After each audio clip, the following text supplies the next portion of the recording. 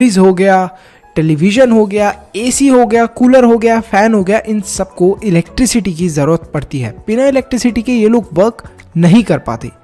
आखिर ये electric current है और इसके जो भी इफ़ेक्ट है उसके बारे में हम इस चैप्टर नंबर 14 के अंदर जानने वाले हैं, जिसका नाम है electric current and it's effect. सबसे पहले कुछ जो बेसिक से सिंबल है उनके बारे में आपको पता होना चाहिए। देखो, सिंबल इलेक्ट्रिक सेल का कैसा दिखता है, इलेक्ट्रिक सेल, इलेक्ट्रिक बल्ब किस तरीके से दिखता है और हम इसको सिंबल्स की फॉर्म में कैसे रिप्रेजेंट करते हैं। अगर हमें सेल को रिप्रेजेंट करना है तो देखो इस तरीके से हम लोग सेल को रिप्रेजेंट करते हैं। बल्ब को रिप्रेजेंट करना है तो हम लोग ऐसे बल्ब को बना देते हैं। अगर हमें ऑन स्विच दिखाना होता है तो हम लोग ऐसे करके दिखाते हैं, स्विच क्या है, ये ऑन है। और अगर हमें ये दिखाना होता है कि स्विच ऑफ है तो हम इसको इस तरीके से दिखाते हैं। और अगर बैटरी है तो बैटरी को हम लोग इस तरीके से दिखाते हैं कि इसमें 2 या 2 से ज़्यादा सेल कनेक्टेड है। वायर को हम लोग सीधे एक लाइन से रिप्रेजेंट करते हैं। तो ये तो कुछ हमारे कंपोनेंट्स थे, इलेक्ट्रिक कंपोनेंट और उनके सिंबल्स, जिनके बारे में तुम्हें पता होना चाहिए। और भी बहुत सारी इंटरेस्टिंग चीज़ें तुम इलेक्ट्रिसिटी के बारे में जानने वाले हो इस चैप्टर के अंदर। तो स्टार्ट करते हैं हम लोग इस चैप्टर को। एक तो सबसे पहले तुम्हें ये पता होना चाहिए कि अगर तुम्हारी टीवी वर्क करती है, एसी वर्क करता है, फ्रिज वर्क करता है, ये सब किस चीज़ की वजह से वर्क करते हैं, क्योंकि इनके अंदर कुछ ना कुछ इलेक्ट्रिक कंपोनेंट लगे हुए होते हैं। कैसा इलेक्ट्रिक कंपोनेंट? जैसे तुम्हारा फ्रिज हो गया, उसके पीछे जो स्विच होता है, स्विच के अंदर जब तुम उसे कनेक्ट करते हो, स्विच ऑन करते हो, तभी तो तुम्हारा फ्रिज ऑन हो पाता है। अगर वो स्विच होगा ही नहीं तो क्या फ्रिज ऑन हो पाएगा? नहीं हो पाएगा। टीवी ऑन हो पाएगी? नहीं हो पाएगी। तो इनके पीछे कोई ना कोई इलेक्ट्रिक कंपोनेंट ज़रूर लगा होता है। तो समझो, इस इलेक्ट्रिक कंपोनेंट का अगर हम लोग एक सर्किट बनाते हैं तो सर्किट बनने की वजह से जब इसके अंदर से इलेक्ट्रिसिटी फ्लो करती है तब हमारा जो भी इलेक्ट्रिक इक्विपमेंट होता है वो वर्क कर पाता है। अभी समझने वाले हैं हम इसको, ज़्यादा टेंशन मत लो चीकू। आगे देखते हैं हम लोग। तो जो इलेक्ट्रिक सर्किट होता है उसकी वजह से ही इलेक्ट्रिसिटी फ्लो कर पाती है किसी भी चीज़ के अंदर, जहाँ पर जिस भी चीज़ के अंदर हम लोग इलेक्ट्रिसिटी पास करना चाहते हैं। जैसे क्या? जैसे आपने फ्रिज ऑन करना है तो आप उसको स्विच के अंदर लगाएंगे और ऑन का बटन दबाएंगे बोर्ड पे, तो आपका स्विच क्या हो जाएगा? स्विच ऑन हो जाएगा और फ्रिज हमारा वर्क करने लग जाएगा। ऐसा ही टीवी के साथ है। इसी के साथ बैटरीज भी होती हैं। बैटरीज के अंदर क्या होते हैं? बैटरीज के अंदर कुछ ऑलरेडी चार्जेस प्रेजेंट होते हैं। अगर आप बैटरी की तरफ देखोगे तो एक होता है उसके पास पॉजिटिव चार्ज और एक होता है नेगेटिव चार्ज। अब बैटरी को ही जब हम लोग बहुत छोटा कर लेते हैं तब वो सेल बन जाते हैं। तो मतलब क्या, बहुत सारे जब हम लोग सेल्स लगा देते हैं तब एक बैटरी बन जाती है, और जब हम एक बैटरी को बिल्कुल शॉर्ट फॉर्म में कर लेते हैं, छोटा कर देते हैं, तो सेल बन जाएगा हमारा। तो यही है हमारी बैटरी की definition. A battery is a combination of 2 or more cells. In a battery there is a positive terminal and there is a negative terminal. तो यहाँ पर बैटरी के पास एक पॉजिटिव टर्मिनल होता है, एक नेगेटिव टर्मिनल होता है। सेल के अंदर भी यही होता है। तो बैटरीज को आपने देखा होगा जनरली आपके जो खिलौने हो गए, रिमोट कंट्रोल टॉयज हो गए, टॉर्चेज हो गई, ट्रांजिस्टर्स हो गए, इन सब के अंदर लगी हुई होती हैं। रेडियो के अंदर भी बैटरीज लगाई जाती हैं। तो ये सब तो यूज थे हमारी बैटरी के। अच्छा, बैटरी एक और चीज़ के अंदर भी लगी होती है। जो फ़ोन चला रहे हो आप, उसके अंदर भी बैटरी होती है। जो लैपटॉप चलाते हो उसके अंदर भी बैटरी होती है। इनकी बैटरीज काफ़ी बड़ी बड़ी होती है। लैपटॉप की बैटरी काफ़ी बड़ी होती है as compared to phone. Phone की थोड़ी छोटी बैटरी होती है। तो इनके अंदर भी बैटरीज प्रेजेंट होती हैं। अब हम लोग समझते हैं कि इलेक्ट्रिक सर्किट कैसा दिखता है। देखो, हम लोग इलेक्ट्रिक सर्किट को निकाल लेते हैं एनसीईआरटी बुक से। तो यहाँ पर एक ये बल्ब है। इस बल्ब को मेरे को ग्लो करवाना है, तो मैंने इससे एक वायर कनेक्ट करी बल्ब से, और इस वायर को इस सेल से कनेक्ट कर दिया, और दूसरी वायर स्विच से कनेक्ट करी, और इस स्विच की दूसरी साइड से इसको सेल से कनेक्ट कर दिया। तो अब यहाँ पर ये क्या बन गया? पूरा सर्किट बन गया। This is called a electric circuit. ये हमारा सर्किट कहलाता है। अगर ये सर्किट कहीं से भी ब्रेक डाउन हो जाता है तो क्या ये बल्ब ग्लो कर पाएगा? मान लो मैं इस ग्रीन वाली वायर को यहाँ से निकाल दूँ, या फिर इस रेड वाली वायर को यहाँ से निकाल दूँ, या फिर ये जो प्लग है, ये स्विच है, इस स्विच की एक साइड को हटा दूँ, तो क्या ये वर्क कर पाएगा पूरा सर्किट? क्या ये बल्ब फिर भी ग्लो कर पाएगा? नहीं कर पाएगा। ऑब्वियस सी बात है, क्योंकि ये तो पूरा क्लोज होना चाहिए सर्किट। तो सिंपल मतलब यही है, जब सर्किट क्लोज होता है तभी हमारा इलेक्ट्रिक करंट फ्लो हो पाता है, और जब सर्किट ओपन होता है तब इलेक्ट्रिक करंट फ्लो नहीं कर पाता। अब इसको अगर हमें कोई बोल दे कि अरे बेटा इसको जरा ड्रॉ करके दिखाओ या डायग्राम बना के दिखाओ। मैम ने ही दे दिया मान लो क्वेश्चन कि draw a diagram of a open electric circuit. कैसे बनाओगे आप लोग? अरे सिंपल है, देखो हमें अभी हमने देखा था सिंबल्स के अकॉर्डिंग, तो हमें सिंबल्स के अकॉर्डिंग ही सब बनाना है। जैसे एक इलेक्ट्रिक बल्ब का क्या सिंबल होता है, एक बैटरी का क्या सिंबल होता है, या फिर एक इलेक्ट्रिक सेल का क्या सिंबल होता है, इसके बाद ऑन स्विच का क्या सिंबल होता है और ऑफ स्विच का क्या सिंबल होता है, और वायर का सिंबल सिर्फ एक स्ट्रेट लाइन होती है। तो इन्हीं को यूज़ करके बनाते हैं हम लोग। तो यहाँ पर सबसे पहले हम लोग बनाते हैं क्लोज डायग्राम। तो यहाँ पर हमने बल्ब का सिंबल बना लिया, बल्ब को एक वायर से कनेक्ट करा है, वायर से कनेक्ट करने के बाद यहाँ पर क्या दिखा दिया हमने, एक सेल, और फिर यहाँ से दूसरी वायर को हमने किससे कनेक्ट करा है, स्विच से। तो अब ये हमारा पूरा क्या बन गया, ये हमारा बन गया क्लोज्ड सर्किट का, क्लोज्ड इलेक्ट्रिक सर्किट का डायग्राम जैसा ऊपर था। अब हमें ओपन सर्किट का बनाना है। तो ओपन में देखो कैसे दिखाया है ओपन स्विच को, बस ये एक जो साइड है इसकी जो क्लोज वाली है, इसको क्या कर देना है, हमें ऊपर की तरफ दिखा देना है, ओपन दिखा देना है। तो हमने यही करा है। यहां पर ये क्या बन गया हमारा, open circuit of electric current, मतलब इलेक्ट्रिक करंट का ये जो सर्किट का डायग्राम था, ये हमने ओपन सर्किट का डायग्राम बनाया है। तो आप देख सकते हो, तो ये आपको सारी चीज़ें क्लियर हो गई होंगी। अगर एग्ज़ाम में ड्रॉ करने के लिए आता है तो आपको इस तरीके से बनाना है, और अगर एग्ज़ाम में आपको पूछा जाता है कि what is open circuit and what is close circuit, तो आप इस तरीके से बनाकर भी मैम को डिफरेंशिएट करके भी दिखा सकते हैं। तो बहुत अच्छे नंबर आएंगे, टीचर बहुत इंप्रेस हो जाएगी आपसे। कभी आपके घर में बल्ब खराब हुआ है? हाँ सर हुआ है बल्ब खराब। तो जो बल्ब खराब होता है, आखिर उसके अंदर ऐसी क्या चीज़ खराब हो जाती है जो कि वो ग्लो करना बंद कर देता है?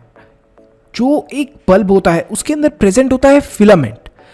फिलामेंट एक बहुत ही पतली सी तार होती है, और ये तार जब इलेक्ट्रिक करंट इससे पास होता है तब ये ग्लो करने लग जाती है, चमकने लग जाती है। ये इसकी एक स्पेशल क्वालिटी है। जैसे हर एक पर्सन की कोई स्पेशल क्वालिटी होती है, ऐसे ये जो हमारा फिलामेंट होता है इसकी भी एक स्पेशल क्वालिटी होती है कि ये ग्लो करने लग जाता है इलेक्ट्रिक करंट पास होने की वजह से। तो यहाँ पर जब ये फिलामेंट वाली वायर ब्रेक हो जाती है, टूट जाती है, तो इसकी वजह से ही हमारा जो बल्ब है वो ग्लो करना बंद कर देता है। सिंपल सी बात ये है। तो आप बल्ब का डायग्राम भी देख सकते हैं, मैं आपको दिखाता हूँ बल्ब का डायग्राम। तो इस तरीके का कुछ बल्ब का डायग्राम दिखता है, और अगर इसका ये फिलामेंट वाली वायर ब्रेक हो जाती है तो हमारा क्या हो जाता है, हमारा इससे करंट फ्लो नहीं हो पाता और हमारा बल्ब ग्लो करना बंद कर देता है। सिंपल यही मतलब है बच्चों। Heating effect of electric current, क्या इलेक्ट्रिक करंट हीट भी करता है? ऐसे कैसे हो सकता है सर? अच्छा, सर्दियों का एक एग्जांपल लेते हैं। सर्दियों में जब हम लोगों को सर्दी लगती है तो इन जनरल हम लोग हीटर चलाते हैं। तो जब हम लोग हीटर चलाते हैं तो वो हीटर किससे कनेक्टेड होता है? इलेक्ट्रिसिटी से तो होता है कनेक्टेड।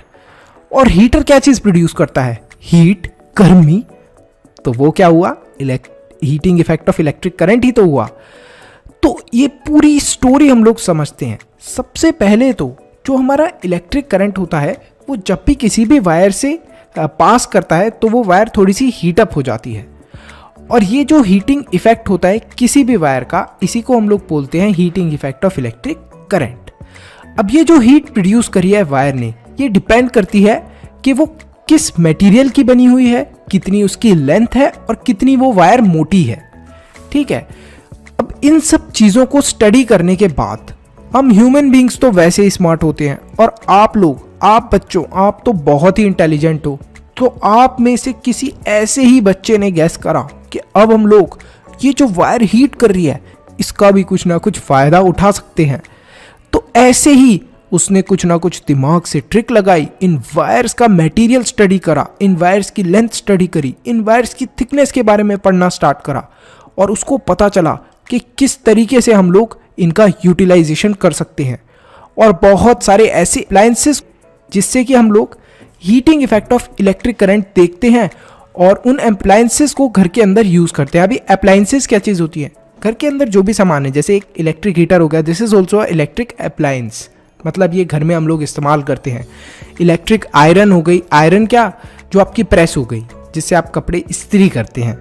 इलेक्ट्रिक स्टोव हो गया, आपने देखा होगा इन जनरली आजकल इंडक्शन कुकटॉप वाले घर में गैसेस चल रही हैं जिनके ऊपर मतलब आप बर्तन रख दीजिए और ऑन कर दीजिए, स्विच लगा दीजिए और खाना आपका उनके अंदर हीटअप होता है, कोई गैस की ज़रूरत नहीं पड़ती इलेक्ट्रिक स्टोव के अंदर। गीज़र हो गए जिसके अंदर गर्म पानी होता है गीज़र के अंदर। इलेक्ट्रिक कॉफ़ी मेकर हो गया, टोस्टर हो गया, हेयर ड्रायर हो गया, बाल सुखाने वाली मशीन। ये सब क्या है? ये सब heating effect of electric current का फ़ायदा उठाकर कुछ अप्लायंसेस बनाए गए हैं। जब साइंटिस्ट ने रिसर्च करा कि कौन सा हम लोग ऐसा मटेरियल यूज़ करें, कितनी उसकी लेंथ हो, कितनी उसकी थिकनेस हो, आप पढ़ेंगे 10th क्लास के अंदर डिटेल के अंदर इस पूरे टॉपिक को, लेकिन यहाँ पर हमें यही बताया गया है कि मटेरियल कैसा हो, लेंथ कैसी हो, थिकनेस कैसी हो, इसके बारे में स्टडी करा साइंटिस्ट ने और कुछ ऐसे इक्विपमेंट बनाए जिनको हम लोग यूज़ कर सकते हैं। तो हीटिंग इफेक्ट को लेकर साइंटिस्ट ने बड़े ही क्लेवरली बहुत इंटरेस्टिंग और अच्छी चीज़ें बनाई। तो आखिर इलेक्ट्रिक फ्यूज़ क्या चीज़ होती है? सर इलेक्ट्रिक फ्यूज़ क्या चीज़ होती है ये तो नहीं पता हमें। अच्छा एक एग्जांपल देता हूँ आप लोगों को, तब आपको शायद समझ में आए कि व्हाट इज़ इलेक्ट्रिक फ्यूज़। कभी आपने ओवर हीटिंग करी है, कोई चीज़ टेस्टी लगी हो और उसे बहुत ज़्यादा खा लिया हो, क्या होता है फिर? सर तबीयत ख़राब हो जाती है, वॉमिटिंग हो जाते हैं, लूज मोशन हो जाते हैं। अब पूछो मत सर क्या क्या दिक्कत होती है। तो यही हमारे इलेक्ट्रिक इक्विपमेंट के साथ भी होता है। जो आपकी टीवी है, आपका मोबाइल है, यहाँ तक कि आपका लैपटॉप है, ये भी बड़े लालची होते हैं। कभी कभी ये बहुत ज़्यादा इलेक्ट्रिसिटी कंज्यूम करने लग जाते हैं और ज़्यादा इलेक्ट्रिसिटी कंज्यूम करने की वजह से ये डैमेज भी हो सकते हैं, मतलब ख़राब भी हो सकते हैं। तो इसी वजह से हम लोग फ्यूज़ का यूज़ करते हैं। फ्यूज़ क्या करता है? फ्यूज़ जैसे ही देखता है कि इलेक्ट्रिसिटी बहुत ज़्यादा एक्सिस में यूज़ कर रहा है कोई भी डिवाइस, तो वो क्या करता है? उसको रोक देता है वहीं पर, बोलता है अरे रुक जाओ, इतनी ज़्यादा इलेक्ट्रिसिटी मत खाओ नहीं तो तुम खराब हो जाओगे, और सर्किट को ब्रेक कर देता है, मतलब उस तक इलेक्ट्रिसिटी नहीं पहुंचने देता। तो आप फिर अपने डिवाइस को चेक करोगे तो आपको पता चलेगा कि अरे ये तो चल ही नहीं रहा, ये तो चार्ज ही नहीं हो रहा, तो ऐसा क्यों है? शायद ज़रूर फ्यूज़ ख़राब हो गया होगा। तो आप फिर फ्यूज़ को रिप्लेस कर दोगे तो वो दोबारा नॉर्मली वैसे ही वर्क करने लग जाएगा। तो यहाँ पर हमें पता चला कि किस तरीके से कुछ जो डिवाइसेस होते हैं, जैसे हमारा टीवी हो गया, हमारा रेफ्रिजरेटर हो गया, हमारा मोबाइल फ़ोन हो गया, लैपटॉप हो गया, ये कभी कभी लालच में आके ज़्यादा इलेक्ट्रिसिटी कंज्यूम करने की कोशिश करते हैं और इसकी वजह से ये ख़राब भी हो सकते हैं। तो फ्यूज़ उस चीज़ को रोकता है। अब फ्यूज़ के अंदर क्या होता है? अगर फ्यूज़ ने एक बार इलेक्ट्रिक सर्किट ब्रेकडाउन कर दिया तो फिर हमें फ्यूज़ को चेंज करना पड़ता है। तो ये तो काफ़ी ज़्यादा खर्चे वाली चीज़ थी। अगर मान लो आपने मोबाइल को लगाया चार्जिंग पर और वो बहुत ज़्यादा इलेक्ट्रिसिटी कंज्यूम कर रहा है और एक बार उसका फ्यूज़ ख़राब हो गया तो आपको चेंज करना पड़ेगा मार्केट से लाकर, फिर दोबारा से वो बहुत ज़्यादा इलेक्ट्रिसिटी कंज्यूम करता है मान लो अगले ही दिन, तो फिर दोबारा फ्यूज़ ख़राब हो जाएगा, फिर आपको चेंज करना पड़ेगा। तो ये तो रोज़ रोज़ का खर्चा बढ़ गया। तो क्या होगा फिर? आप सोचोगे कि अरे मैं फ्यूज़ को लगाता ही नहीं, सीधे डायरेक्टली चार्ज करता हूँ फ़ोन को और उससे आपका फ़ोन ख़राब भी हो सकता है। लेकिन फिर क्या होता है? फिर आती है MCB, जिसे हम लोग बोलते हैं मिनिएचर सर्किट ब्रेकर, और ये फ्यूज़ की जगह ही यूज़ करी जाती है। लेकिन फ्यूज़ की तरह इसको बार बार बदलना नहीं पड़ता। जब भी आपका कोई भी इलेक्ट्रिक इक्विपमेंट या फिर घर के अंदर कोई भी चीज़ ज़्यादा बिजली खा रही होती है, मतलब यूज़ कर रही होती है ज़्यादा बिजली का, तो MCB अपने आप ऑटोमेटिकली नीचे गिर जाती है। जैसे ये देख रहे हो आप, रेड वाला ऊपर की तरफ आपको दिख रहा है ये बटन अपने आप नीचे की तरफ चले जाता है ऑटोमेटिकली, और यहाँ तक कि इसको हमें रिप्लेस करने की भी MCB को ज़रूरत नहीं पड़ती।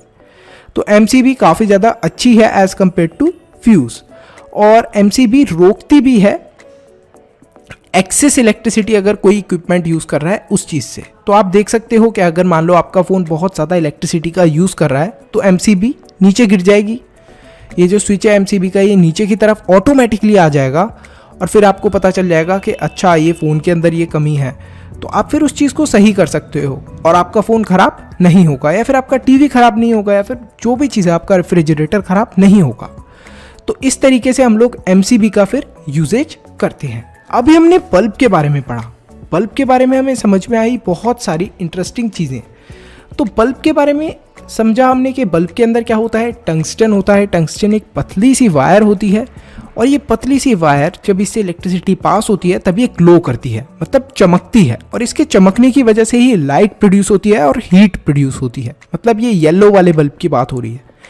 लेकिन अब के ज़माने में आपने देखा होगा कि CFL बहुत ज़्यादा यूज़ हो रही है।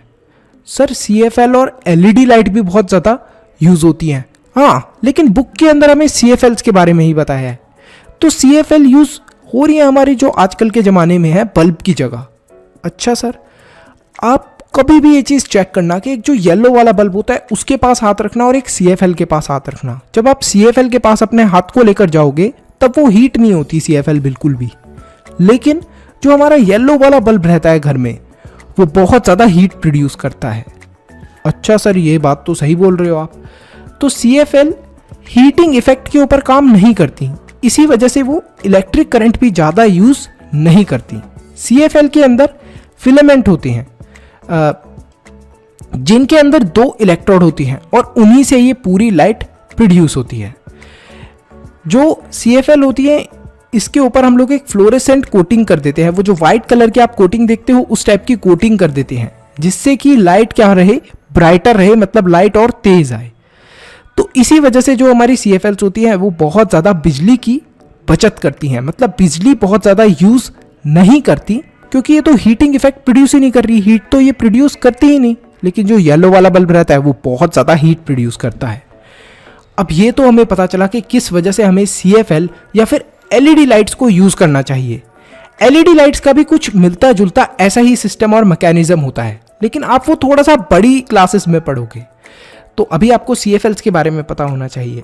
अब कभी कभी आप अपने पापा से पूछना कि कभी कभी जब आप मार्केट से कोई बल्ब लेकर आते होगे या फिर कोई भी इलेक्ट्रिक गैजेट लेकर आते होगे तो उसके ऊपर ISI मार्क लगा हुआ होता है। तो ISI मार्क का मतलब क्या होता है? ISI मार्क का मतलब होता है इंडियन स्टैंडर्ड इंस्टीट्यूट। मतलब यहाँ पर ISI मार्क क्यों लगाया जाता है इन सब चीज़ों के ऊपर, ये चीज़ अपने पापा से पूछना। पूछ लिया सर, तो इस चीज़ का जवाब मैं भी तुम्हें बता देता हूँ कि क्या रहता है। आप कोई भी इलेक्ट्रिक इक्विपमेंट लेकर आते हो वो कितना सेफ है यूज़ करने के लिए घर के अंदर, क्या उससे आग लगने के चांसेस हैं या नहीं है, ये सारी चीज़ें हमें पता चल जाती हैं ISI मार्क को देखकर। अच्छा सर, ये कैसे पता चल जाती हैं? क्योंकि गवर्नमेंट ने इंडियन स्टैंडर्ड इंस्टीट्यूट मतलब ISI एक बहुत बड़ा गवर्नमेंट का ऑफिस है, उसे बनाया गया है जहां पर ये इलेक्ट्रिक इक्विपमेंट बड़े बड़े साइंटिस्ट चेक करते हैं प्रॉपरली कि इनसे आग लगने का डर तो नहीं है या फिर कोई और इलेक्ट्रिसिटी को लेकर डर तो नहीं है, मान लो शॉर्ट सर्किट ना हो जाए, ये सारी चीज़ें इनसे होंगी तो नहीं। तो ये सारी चीज़ें चेक हो जाती हैं। तो इसी वजह से हमें ISI मार्क वाले ही इक्विपमेंट यूज़ करने चाहिए। इलेक्ट्रिक चीज़ें जिनके ऊपर ISI मार्क लगा हो उन्हें ही इस्तेमाल करना चाहिए। और जिनके ऊपर ISI मार्क नहीं होता, इसका मतलब क्या रहता है? मतलब कि वो सेफ नहीं है यूज़ करने के लिए, उससे आग भी लग सकती है, शॉर्ट सर्किट भी हो सकता है और भी ना जाने क्या क्या चीज़ें हो सकती हैं। और ये जो ISI मार्क है इसके अंदर जो भी प्रोडक्ट है उसकी बहुत ज़्यादा अच्छे से क्वालिटी चेक करी जाती है कि वो एक्स्ट्रा इलेक्ट्रिसिटी यूज़ तो नहीं कर रहा, वेस्ट ऑफ इलेक्ट्रिसिटी तो नहीं कर रहा। तो ये सारी चीज़ें ISI मार्क से चेक हो जाती हैं। Magnetic effect of electric current, आखिर ये क्या चीज़ होती है? सर, मैग्नेट्स तो हम लोग जानते हैं। हाँ, तो आप लोग मैग्नेट्स को जानते होंगे जिन्हें हम लोग चुंबक भी बोलते हैं हिंदी में। बच्चे बड़ा खेलना इनसे लाइक करते हैं। तो इसी तरीके से जब कभी इलेक्ट्रिक करंट पास करता है एक वायर के थ्रू तो वो वायर भी एक मैग्नेट की तरह बिहेव करती है। अच्छा सर, मतलब हम लोग वायर से भी खेल सकते हैं? ज़रूर, मैं चुंबक चिपका के देखूंगा वायर से, वो उसको अट्रैक्ट करेगी। तो ऐसा आप गलती से भी ट्राई मत करना, आपको बिजली का झटका लग सकता है बहुत जोर का। तो इसे ही हम लोग बोलते हैं magnetic effect of electric current. जब भी हम लोग वायर के थ्रू करंट पास करते हैं तो वो एक मैग्नेट की तरह एक्ट करती है। अब आपको एक्सपेरिमेंट भी दूंगा आगे जाकर, लेकिन इस पूरी चीज़ को डिस्कवर करा था हैंस क्रिस्टियन ऑस्ट्रेड ने। ये जो पूरा एक्सपेरिमेंट था, उन्होंने क्या करा था, उन्होंने एक सर्किट, इलेक्ट्रिक करंट पास हो रहा था एक सर्किट से, उसके पास में एक कंपास नीडल रखी और वो डिफ्लेक्ट होने लगी नीडल। तो जब वो नीडल डिफ्लेक्ट हुई तो उन्हें समझ में आ गया कि ज़रूर कोई ना कोई तो बात है, मतलब कोई ना कोई तो मैग्नेट वाला इफेक्ट क्रिएट हो रहा है। तो इसी चीज़ को उन्होंने डिस्कवर करा और उन्होंने बोला कि ये है magnetic effect of electric current, क्योंकि अब ये मैग्नेट की तरह अट्रैक्ट हो रहा है हमारा कंपास वायर से। ये एग्जांपल समझाने के लिए magnetic effect of electric current का आप एक एग्जांपल लो। आपने कभी इतनी बड़ी बड़ी वायर्स देखी हैं पोल्स पे लगी हुई, तो इनको इतना ऊंचा क्यों रखा जाता है? थोड़ा नीचे भी तो रख सकते हैं इन्हें। इतना ऊंचा रखने का क्या कारण है? इनको ऊंचा रखने का कारण यही है, magnetic effect of electric current. अगर गलती से भी कोई कार या फिर कोई बाइक आसपास हो इनके, मतलब बिल्कुल क्लोज हो, तो ये उसको अपनी तरफ अट्रैक्ट कर लेंगी, क्योंकि आपने अभी अभी पढ़ा है कि कैसे जब भी किसी वायर से इलेक्ट्रिसिटी पास करती है तो वो एज अ मैग्नेट बिहेव करती है। तो इनसे तो बहुत ज़्यादा क्वांटिटी के अंदर इलेक्ट्रिसिटी प्रोड्यूस होती है, तो ये तो लोहे की चीज़ों को अपनी तरफ खींचने लगेंगी। मान लो उस कार के अंदर आप बैठे हो तो आपकी डेथ भी हो सकती है। इसी वजह से हमें बोला जाता है कि ये जो वायर्स हम लोग देखते हैं पोल्स पर, जो इतनी ऊंचाई पर लगी होती हैं, इसी वजह से इन्हें इतना ऊंचा लगाया जाता है। अब कोई भी चीज़, जैसे एक हमने वायर ली थी, कोई भी वायर हो गई, उसके थ्रू जब ये इलेक्ट्रिक करंट पास होता है तो वो एज अ मैग्नेट बिहेव करती है। तो a magnet whose magnetic field is generated with the help of electric current is called electromagnet. तो ये आप जैसे ही इनसे इलेक्ट्रिसिटी पास करना बंद करोगे तब ये एज अ मैग्नेट वर्क करना बंद कर देंगी, लेकिन जैसे ही आप इलेक्ट्रिसिटी पास करोगे इन वायर्स से तो ये एक मैग्नेट की तरह काम करने लग जाएंगी। तो इन्हें हम लोग क्या बोलते हैं, इलेक्ट्रोमैग्नेट्स। मतलब क्या, जब भी हम लोग इलेक्ट्रिसिटी पास करते हैं तब ये इलेक्ट्रिसिटी वाली हमारी मैग्नेट बन गई, तो इसे ही बोल दिया हमने इलेक्ट्रोमैग्नेट। इलेक्ट्रो मतलब कि इलेक्ट्रिसिटी वाली, और मैग्नेट का तो मतलब आपको पता ही है, तो इलेक्ट्रोमैग्नेट हो गया। अब इलेक्ट्रोमैग्नेट्स का क्या क्या यूज़ होता है, टॉयज़ के अंदर भी यूज़ करा जाता है इन्हें। सर टॉयज़ के अंदर, तो फिर हमें झटका क्यों नहीं लगता टॉयज़ से? बहुत ही छोटी छोटी होती हैं ये वायर्स टॉयज़ के अंदर, तो आपको झटका नहीं लगने वाला उससे। आपके टेलीकम्युनिकेशन इक्विपमेंट, जैसे जो आपके फ़ोन के सिग्नल्स वगैरह के लिए भी इन्हें यूज़ करा जाता है। क्रेन्स हो गई, जिनसे हम लोग जंक वगैरह का मटेरियल उठाते हैं, हैवी मटेरियल जंक वाला उठाते हैं, उसके अंदर भी इन्हें यूज़ करा जाता है। और भी बहुत सारी चीज़ों के अंदर इन्हें इस्तेमाल करा जाता है। अब पढ़ने वाले हैं हम लोग इलेक्ट्रिक बेल के बारे में। अरे वही वाली बेल जो आपके स्कूल के अंदर यूज़ करी जाती है, वही घंटी जिसको बजाकर आपकी छुट्टी होती है या पीरियड चेंज होता है। तो ये इलेक्ट्रिक बेल किस तरीके से वर्क करती है, तो यहाँ पर सबसे पहले हम लोग इसके कंपोनेंट्स को समझते हैं। बैटरी होती है, एक स्विच होता है, और यहाँ पर कुछ स्प्रिंग लगी होती है, यहाँ पर हैमर भी होता है, और गोंग होता है, और हमारी इलेक्ट्रोमैग्नेट होती है। ये किस तरीके से वर्क करती है और क्या क्या कंपोनेंट होते हैं एक इलेक्ट्रिक बेल के। अ कॉइल ऑफ वायर, एक कॉइल ऑफ वायर होती है जिसको आयरन पीस के ऊपर क्या कर दिया होता है, हमने लगा दिया होता है, मतलब आयरन पीस के चारों तरफ इसको लपेट दिया होता है, और इसी से हमारी एक इलेक्ट्रोमैग्नेट बन जाती है। कैसे बनेगी इलेक्ट्रोमैग्नेट अभी देखेंगे। एक iron strip, soft iron strip जो होती है उसे यूज़ करते हैं हम लोग, जो कि हैमर से अटैच होती है। हैमर कहाँ पर, जो ये बेल को हिट कर रहा होता है आगे, ये वाला पोर्शन, इसको बोलते हैं हम लोग हैमर। ये जो गोल सा पोर्शन है दिस इज कॉल्ड हैमर। हथौड़ा तो नहीं है ये, लेकिन इसको हम लोग हैमर बोलते हैं। और ये किससे कनेक्ट है, देख रहे हो, एक वायर से कनेक्ट है। एक कॉन्टैक्ट स्क्रू जो कि इस आयरन स्ट्रिप से कनेक्टेड होता है, और बैटरी जिससे कि हम लोग कनेक्ट करने वाले हैं इस वायर कॉइल को, जिससे कि ये कॉन्टैक्ट स्क्रू से कॉन्टैक्ट के अंदर आ पाए। तो अब यहाँ पर क्या रहेगा, यहाँ पर देखते हैं, पूरा प्रोसेस समझते हैं। और एक स्विच भी होता है, ये देखो एक स्विच भी रहता है जिससे कि इसको हम लोग ऑन या ऑफ कर पाए। तो ये जो आप देख रहे हो यहाँ पर क्या है, दिस इज, इसको हम लोगों ने क्या बोला है, इसको हमने बोला है वायर की कॉइल्स। मतलब क्या करा है हमने, वायर चारों तरफ लपेट दी हैं इन दो चीज़ों के ऊपर, और ये है हमारा हैमर, हैमर है ये। तो अब हमें बेल बजाने के लिए क्या करना पड़ता है, ये गोंग रहता है। तो हम जैसे ही स्विच को ऑन करते हैं, जैसे ही हमने स्विच को ऑन करा तो इनके थ्रू इलेक्ट्रिसिटी फ्लो करना स्टार्ट करती है। अब मैंने आपको बताया था कि क्या होता है, जब भी किसी वायर से इलेक्ट्रिसिटी पास करती है वो एक मैग्नेटिक इफेक्ट दिखाती है, अपनी तरफ लोहे की चीज़ों को अट्रैक्ट करना स्टार्ट करती है। तो यहाँ पर भी यही हो रहा है, ये इस पूरी स्ट्रिप को अपनी तरफ अट्रैक्ट करने की कोशिश करती है, खींचने की कोशिश करती है।